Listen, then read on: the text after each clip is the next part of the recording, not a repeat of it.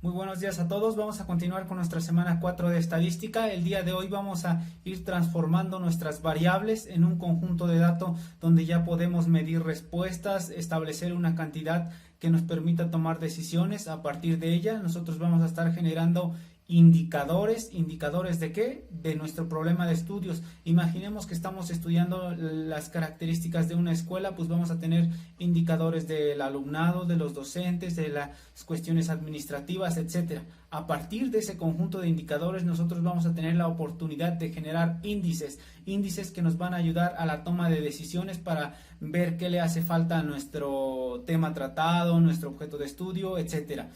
Además de ello, vamos a aprender a cómo validar ese conjunto de datos utilizando las técnicas de contenido, es decir, si nuestro contenido tiene una consistencia adecuada, tiene una fiabilidad aceptable, de tipo predictivo, para ver si nuestro conjunto de indicadores también nos va a predecir una respuesta en el futuro. Si nosotros generamos indicadores en un tiempo dado, podemos tener respuestas posibles en años futuros. Vamos a ver si es consistente o bien requiere de un análisis más a fondo. Además de ello, vamos a aprender la validez de tipo constructo, es decir, con bases de un marco teórico, con base en la experiencia del usuario en función del tema que está estudiando, etcétera.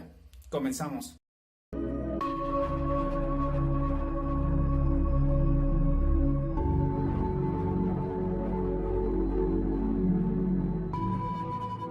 Vamos a continuar con los componentes de un dato.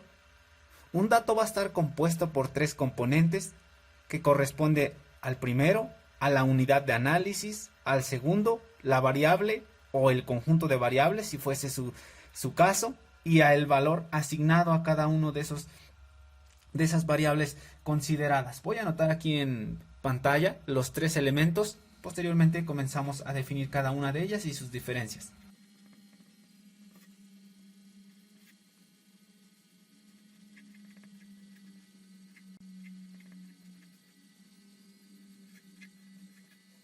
Aquí en pantalla ya hemos anotado las tres componentes del dato. Vamos con la unidad de análisis. Este va a ser el elemento mínimo de estudio que tiene que ser observable, que también tiene que tener la característica de ser medible en relación a un conjunto de otros elementos. Esos elementos tienen que cumplir una función. ¿Qué función? Que sean del mismo tipo. Vamos con la unidad de análisis. La unidad de análisis va a ser el elemento mínimo de estudio, tiene que ser observable o medible en relación a todos los elementos que están participando en ella, siempre que cumplan la característica de ser del mismo tipo. Por ejemplo, si estás midiendo en cuestiones físicas, cuestiones de temperaturas, todas tienen que estar bajo las mismas condiciones de medición, etcétera. Si estás en cuestiones de ciencias sociales, pues a lo mejor puedes medir con conteos. Por ejemplo, en cuestiones de familia, de empresas, de naciones, etcétera. Si estás en ciencias naturales, número de animales o algún índice. Tienen que ser medibles en función de un valor estándar. Vamos a anotar el concepto.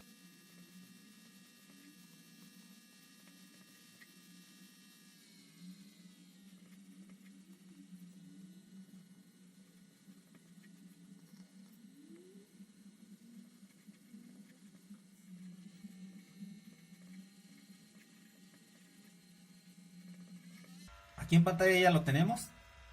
Es un objeto medible en función de todos los elementos que estás considerando. Decíamos que estén en las mismas unidades, que se puedan contar en función todas mismas. Por ejemplo, si estás midiendo el número de personas, que sean personas en función de la edad, de altura, etcétera. La altura pues se mide en metros.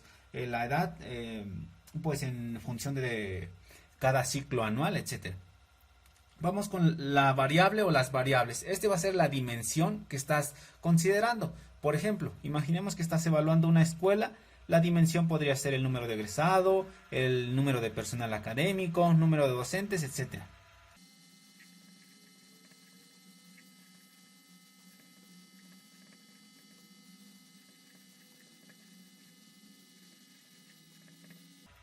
Como puedes ver, nos dice que es la característica, ¿no? Decíamos número de egresados, etcétera. Al final vamos a hacer un ejemplo para que te quedes de una manera más práctica el concepto. Vamos con el valor.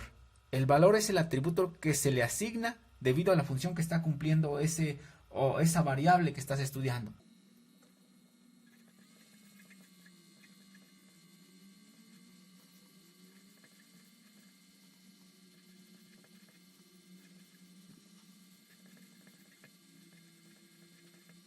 Listo. Vamos a mencionar un ejemplo. Entonces, aquí en nuestra siguiente columna vamos a escribir la palabra ejemplo para que vayas identificando la diferencia específicamente de cada una de ellas. Entonces vamos a poner aquí la palabra ejemplo.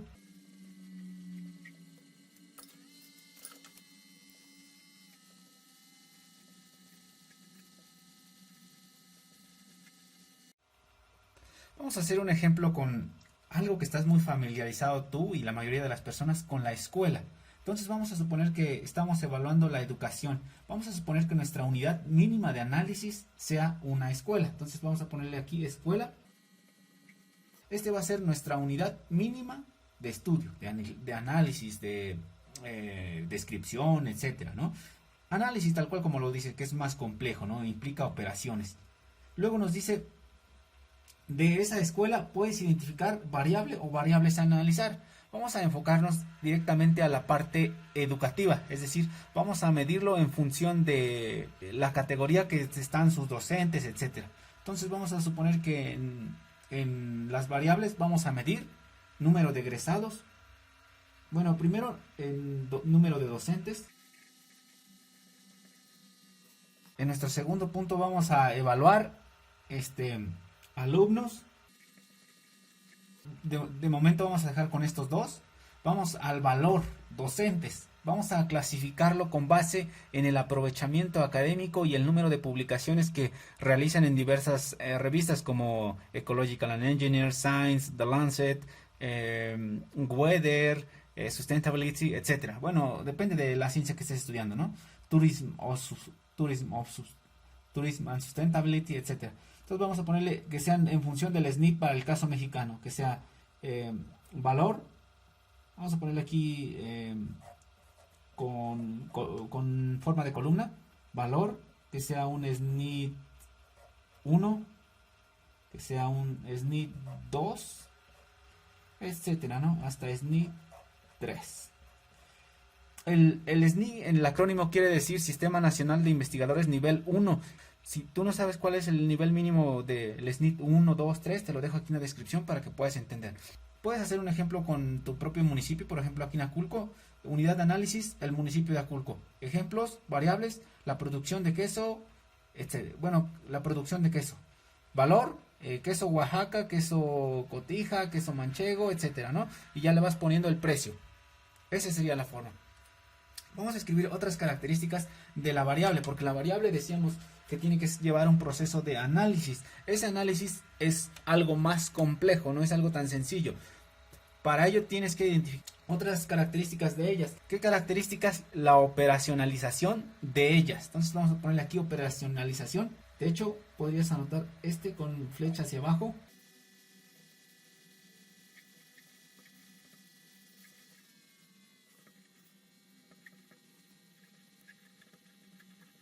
En esa operacionalización de variables tú tienes que llevar un conjunto de pasos muy importantes que tengas un orden, una secuencia. El primer paso, como es de esperarse, tú vas a definir las variables a analizar. Entonces vas a pasar por un punto de variables.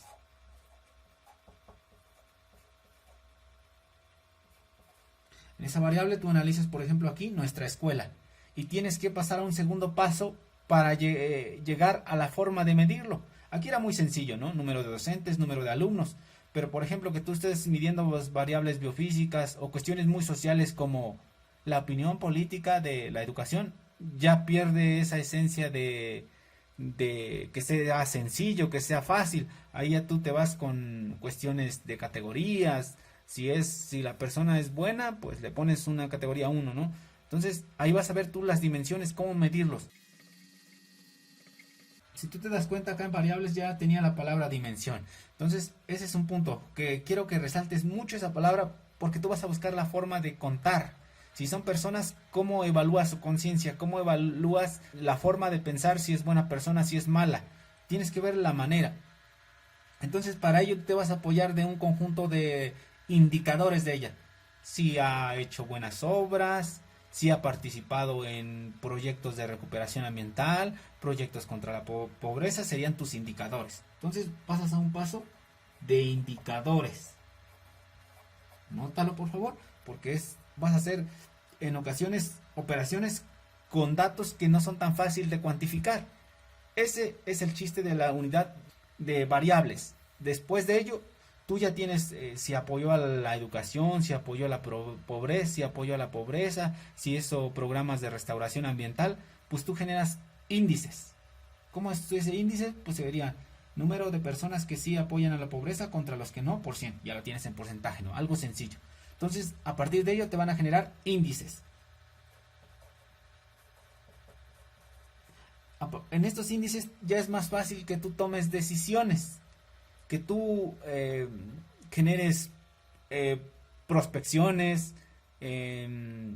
pronósticos, etcétera. Entonces aquí tú vas a hacer en esos índices ponderaciones o valores.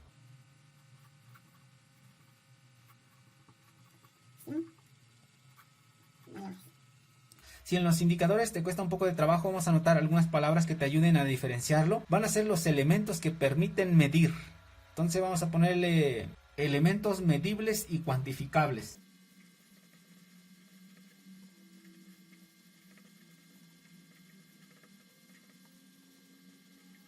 ¿Qué pasa si tú me dices, es que la conciencia de una persona yo no lo puedo medir, no sé si me está mintiendo? Pues tú buscarás la forma. ¿Como cuáles? Como la que te mencionaba, ¿no? Si hace buenas obras, ya le vas dando una categoría de 5 si es muy bueno, 0 si de plano regaña a todas las personas, etcétera. Si tú estás atendiendo a una tienda de gastronomía, lo vas a ver muy claro, ¿no? La forma de atender al cliente. Si dice que es buena persona, pero trata mal a todo, a los chefs, a los que integran ese lugar, pues entonces está mintiendo. Esa sería la forma. Tienes que encontrar la manera de cómo generar estos puntos críticos. Vamos a marcarlo con naranja para que lo tengas muy en cuenta. Listo. Y en dimensiones, anota factores a medir. Sencillo.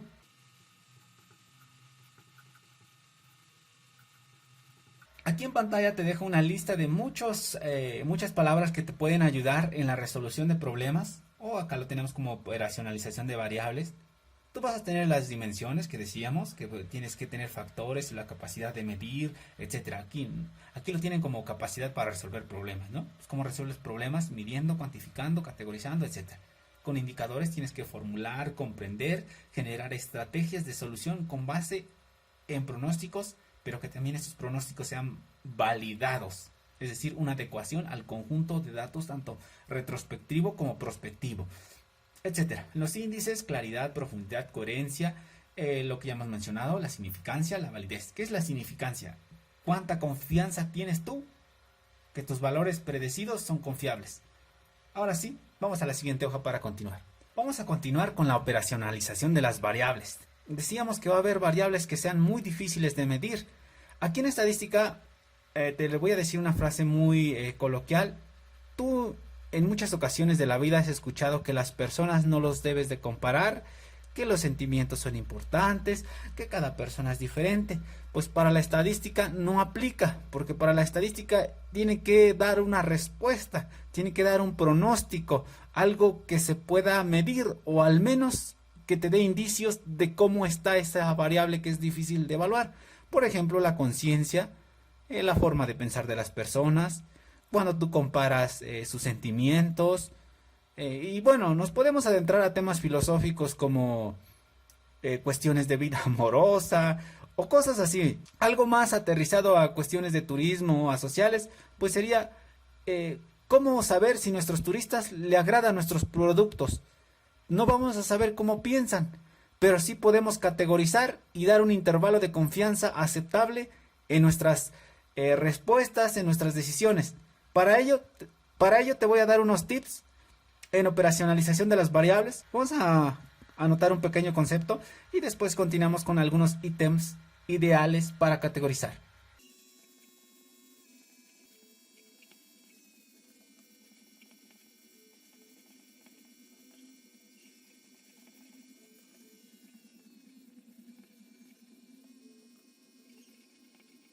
Entonces, esos juicios, esas sentencias, los vas a categorizar por ítems.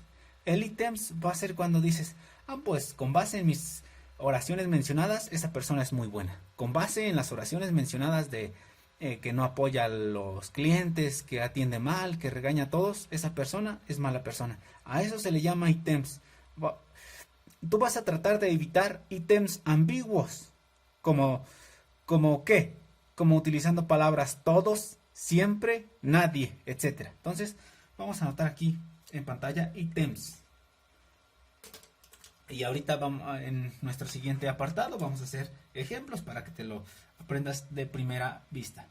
Entonces vas a tener ítems así, que quiere decir categoría de datos, o si lo quieres ver como lo dice en nuestra oración, sentencias de nuestras expresiones. En esos ítems vamos a evitar palabras, decíamos. En esos vamos a evitar palabras. ¿Cuáles? Te anoto cuáles, como todos. Es decir, tú aquí vas a evaluar a la persona en función de uno por uno. Por ejemplo, si tú ves que esa persona regaña a todos, se comporta mal, critica a todos, y tú puedes decir, pues si todos son malas personas, pues yo le voy a poner tache, ¿no? Voy a decir que es malo. No. Aquí tienes que evitar el función de todos. Si te están preguntando que vas a evaluar a una persona, enfócate a él, no a todos. O siempre. Bueno, siempre ya es otro, ¿eh? ¿Qué quiere decir? Pues tú podrías decir, pues para México siempre ha sido normal que hayan personas malas, pues le voy a poner que es buena persona. No, estás perdiendo el tinte de objetividad, de validez, lo que mencionábamos anteriormente. Aquí te lo dejo en pantalla, ¿no? Tienes que evitar eso. La palabra nadie. Si nadie es buena persona, pues todos son malos, le digo que es malo, ¿no? No, tampoco se trata de eso. Y vamos al siguiente punto. El siguiente punto va a ser, entonces, ¿qué sí debo hacer, no? Entonces, vamos a anotar, pues, ¿qué debe reflejar?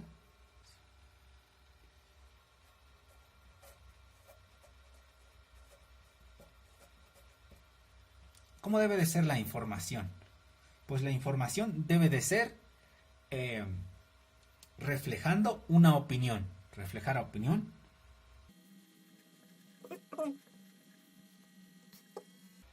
Vamos a dejar de momento con estas características. Vamos a pasar nuestra palabra ítems acá para que quede más presentable nuestra información. Y aquí vamos a anotar un ejemplo con Likert. Entonces vamos a ponerle aquí ítems. Pasamos nuestra palabra por acá. Ítems, listo. Y acá vamos a anotar también en azul. Vamos a anotar la palabra ejemplo. Voy a tratar de componer este apartado. Ejemplo. Pido disculpas porque se ve muy marcado, pero ya quedó más excelente, ¿no? Y vamos a mencionar un ejemplo, tal cual como lo tenemos en azul. La escala de Likert. Este es uno muy clásico para turismo, entonces vamos a ponerle aquí Likert. Likert. Pon iniciar en mayúscula, ya lo tenemos. Ahora bien, te voy a pasar algunos tips de cómo califica la escala de Likert, que es nuestro siguiente apartado. Entonces vamos a subrayar nuestros puntos. Lo tenemos. Y vamos a ponerle ejemplo con Likert.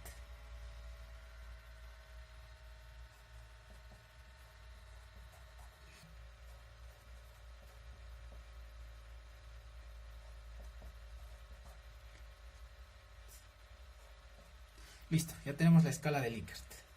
Y vas a tener muchas alternativas, muchas. ¿Como cuáles? Vamos a mencionarle, vamos a anotarte 5. Vamos a tener una alternativa 1, una alternativa 2, una alternativa 3, una alternativa 4, una alternativa 5.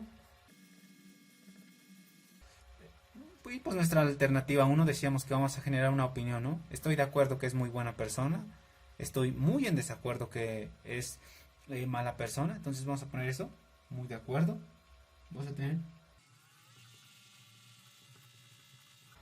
Vamos a manejar 3 opiniones. Uno que estés muy de acuerdo, más o menos de acuerdo y en desacuerdo. Entonces aquí vamos a ponerle de acuerdo. Y acá vamos a ponerle muy en desacuerdo. Vamos a manejar nuestra alternativa 2. Este no te lo recomiendo que lo utilices porque está un poco como que pierde la esencia de confiabilidad, ¿no? Vas a poner verdadero. Hasta ahí todo bien, pero aquí donde cuando mencionas probablemente sí en tu apartado 2, pues no sabemos si es probablemente sí dando una opinión positiva o dando una opinión negativa, ¿no? En caso de que digas probablemente no. Y bien, verdadero probablemente sí, entonces el siguiente sería bastante verdadero. Está un poco, no, como que genera un poco ahí de ruido, ¿no? Vamos a poner el siguiente, ni de acuerdo, indes, perdón, neutral, indeciso y de acuerdo. En algunas bibliografías encuentras hasta 5 categorías. Puedes encontrarlo, no hay problema. Vamos a mencionar otro que también está un poco de ruido. Probablemente no. Falso. En desacuerdo. Vamos al último. No en absoluto.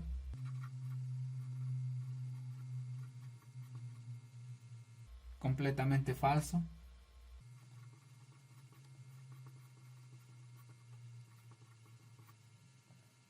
De acuerdo.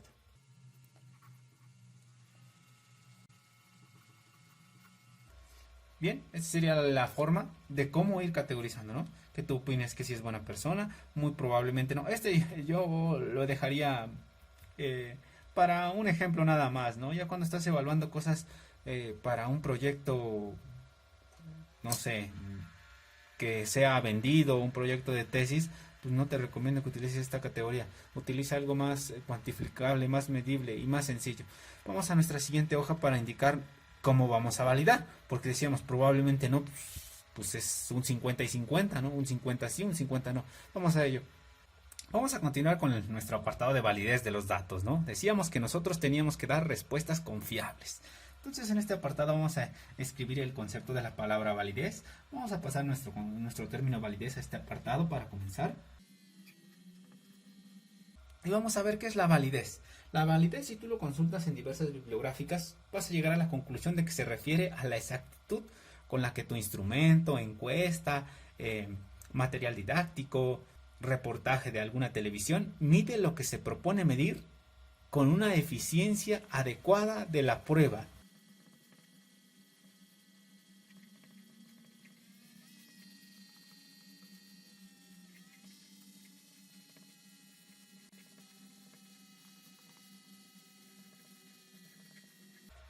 Listo.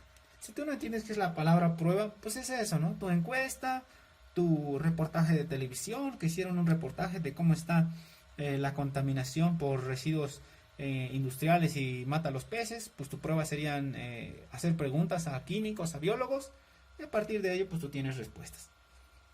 Y eso pues decíamos que tú le vas a aplicar una validez, ¿no? Esas validez tú los puedes aplicar de diversas formas. Vamos a mencionar algunos tipos, entonces aquí vamos a escribir tipos para que tengas tu apunte de forma completa. Y puedes tener varios. Vamos a escribir cuáles. Vas a tener una validez de contenido. Entonces vamos a anotarlo por acá. ¿Listo? Vas a tener otra validez predictiva. Vas a tener otro concurrente. Y también puedes tener otro de tipo constructo. O, ¿qué quiere decir? De teoría, que tú lo vas a validar en función de una secuencia de marco teórico, etcétera. Entonces vamos a poner constructo. Listo. Aquí tienes las 4, ¿no? Vamos a ir explicando cada una de ellas. La primera responde a una pregunta. Cada una de ellas va a responder una pregunta. Vamos a anotarle su pregunta que contesta. La primera te dice: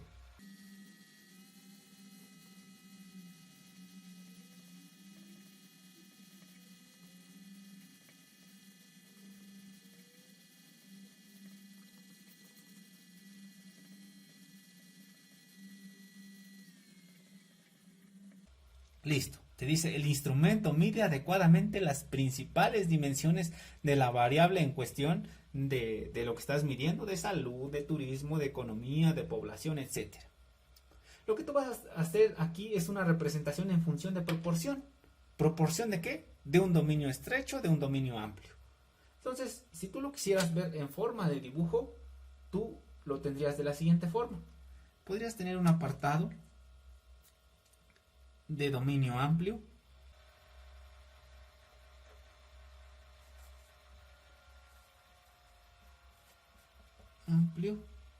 y podrías tener también un dominio estrecho. Listo. ¿Qué quiere decir cada una de ellas? Que en el dominio amplio tú decíamos que vas a aplicarle tu instrumento a muchas personas. Esas personas pueden ser una muestra o puede ser una población. Vamos a representarlo tal cual como lo hemos venido presentando, en forma de bolita. Tú vas a tener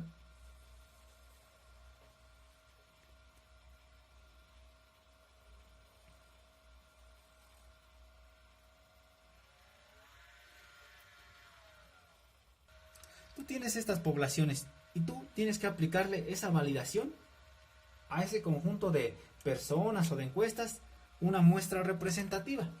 Entonces, si tú en tu dominio amplio de preguntas aplicas una confiabilidad aceptable, pues estaríamos agrupando de todo tu contenido, pues a lo mejor un 90%, como por decir toda esta sección. Es decir, tu dominio es amplio y va a tener una validez aceptable. Si tus preguntas cubren mucha información, tendrías casi cubierto todo ese dominio que tú requieres y pues sería validez tus datos.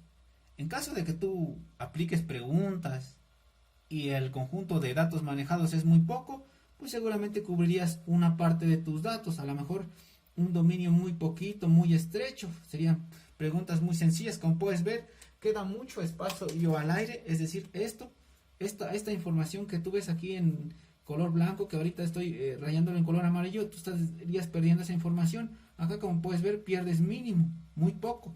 Entonces, en el dominio amplio, tus datos tendrían validez. Es decir, aquí posee validez. En caso contrario, no posee validez. Vamos a escribir que aquí tú estás midiendo, ¿no? Medición. Ese es lo que estamos graficando en nuestra figurita. Vamos al siguiente punto. Nuestra validez de tipo predictiva. Como ya lo notaste, es generar una predicción algo confiable y responde a la siguiente pregunta. Lo anoto y después explicamos.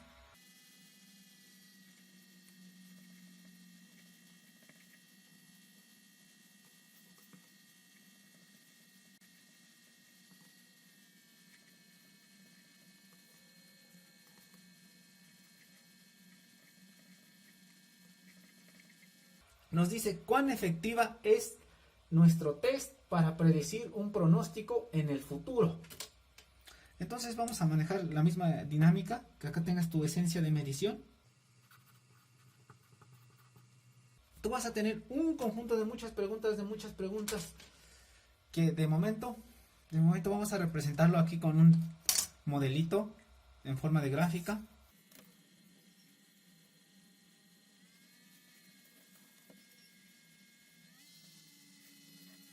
Si bien esta no es la forma de representar la información, tú podrías tener un conjunto de preguntas con una tendencia.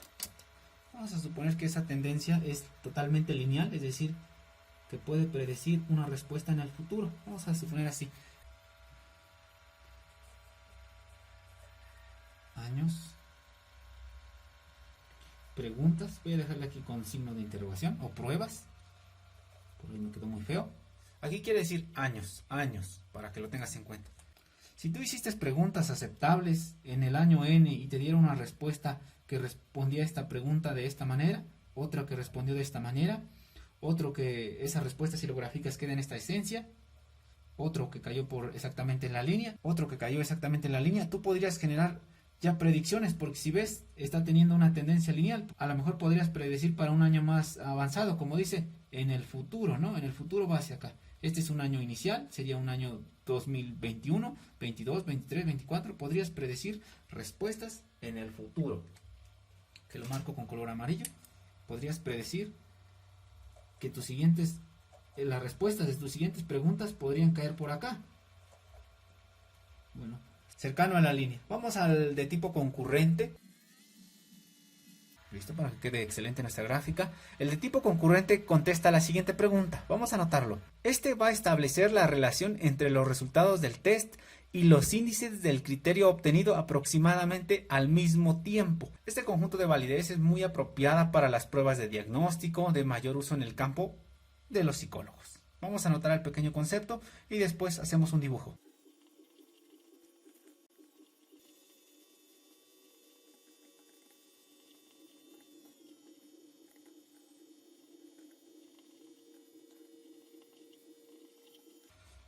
Listo, nos dice que establece la relación de los resultados del test, es decir, nuestra prueba, y también los generados a partir de un índice. Ese índice, pues puede proponerlo el autor, puede proponerlo una persona. Entonces, lo que esperaríamos ver en nuestra encuesta, nosotros ya lo tenemos implícitamente, o al menos en nuestra mente. A eso se va a estar refiriendo este conjunto de datos. Para esta grafiquita vamos a hacer una representación con un box plot o caja y bigote. Entonces vamos a hacer aquí dos líneas de forma rápida para optimizar los tiempos. Vamos a tener una línea más o menos así. Otra línea paralela para que sean dos cajas y bigotes. Que por ahí me quedaron un poco chuecos, no hay problema. Vas a tener, ¿cómo se llama? Pues los bigotes. Cuartil 1 y cuartil 1, cuartil 3, que ahora correspondería hacerle la caja, y a la mitad tendríamos la media, ¿no? Entonces, nosotros aquí lo que estoy tratando de simular es representar la respuesta que esperaría el autor. Vamos a suponer que nuestro punto amarillo es lo que ya implícitamente nosotros tenemos en nuestro índice. El negro va a ser nuestro índice. Vamos a suponer que esperemos que nuestros valores caigan por aquí, es decir, nuestros datos distribuidos por aquí, y lo que bueno, aquí vamos a ponerle índice, y acá test, y acá lo que estaríamos representando sería la información, pero de nuestra prueba. Si nuestra prueba nos arroja valores más o menos por aquí, pues estaríamos obteniendo los mismos datos, ¿no? Que son respuestas confiables. Es decir, de la media hacia arriba. Decíamos que esos son nuestros parámetros estadísticos. Vamos al de tipo constructivo. Este va a ser un instrumento que parte de la esencia teórica e incluye 3 etapas. Representa y mide un concepto teórico.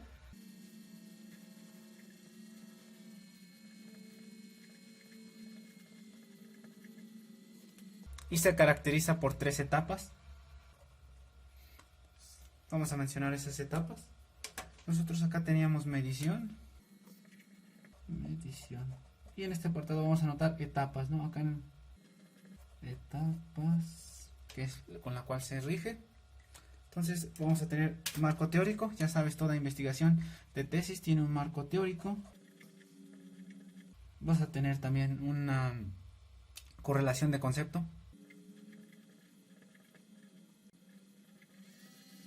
Es decir, si se parecen los mismos términos, si está una confiabilidad adecuada, la consistencia, etcétera. Interpretar la evidencia empírica.